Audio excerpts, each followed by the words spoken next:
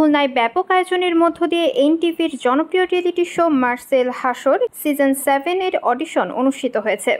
সোমবার দিনভর খুলনা জেলা শিল্পকলা একাডেমিতে এই অডিশন অনুষ্ঠিত হয়।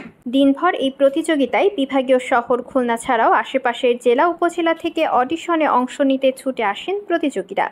অডিশন রাউন্ডের শুরুতে প্রতিযোগীদের স্বাগত জানিয়ে দিক নির্দেশনা দেন হাসর যৌথ পরিচালক জাহাঙ্গীর চৌধুরী ও কাজী মোস্তফা।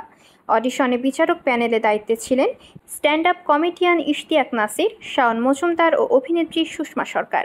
আমাদের এখানে আমরা যে রেজিস্ট্রেশন হয়েছিল সেটা প্রায় 800-র কাছাকাছি রেজিস্ট্রেশন হয়েছিল। আমরা দেখেছি এই পর্যন্ত, গতকাল পর্যন্ত।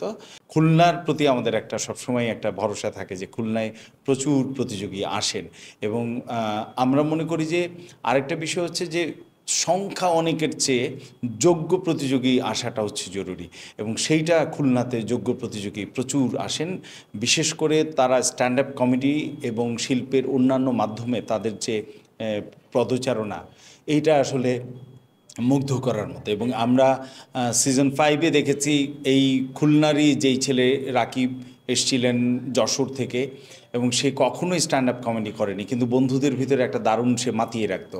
তো সেই ছেলে আসার পরে আমরা তাকে দেখে নির্বাচন করি, এবং সে কিন্তু সিজন 5-এর চ্যাম্পিয়ন হয়।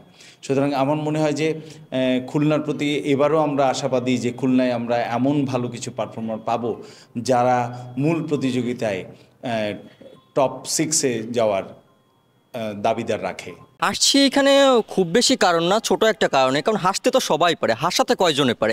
আমি মনে করি আমি যেমন আমার পরিবার, আমার বন্ধু বান্ধব সবাইকে হাসাতে পারে, শুধু তারা জানবে কেন, পুরো দেশের মানুষ জানে আমি হাসাতে পারি, তাই তো এই হাসতে এসেছি। আসার মেইন রিজন হলো মানুষকে হাসানোর। আমাদের এই যে জেনারেশনটা, আমরা খুব ডিপ্রেস থাকি, এক্সস্টেড থাকি, তো সেখান থেকে চিন্তা করলাম যে মানুষকে যদি একটু হাসানো যায়, মানুষের মনে যদি একটু আনন্দ দেওয়া যায়, এই জন্যই এই প্রোগ্রামটাতে আমার আশা। আমার নিজের ভিতরে যে প্রতিভা তা দেখে আমি নিজেই হাসি, তো আমি একা হাসবো কেন? সবাইকে একটু হাসাতে চাই।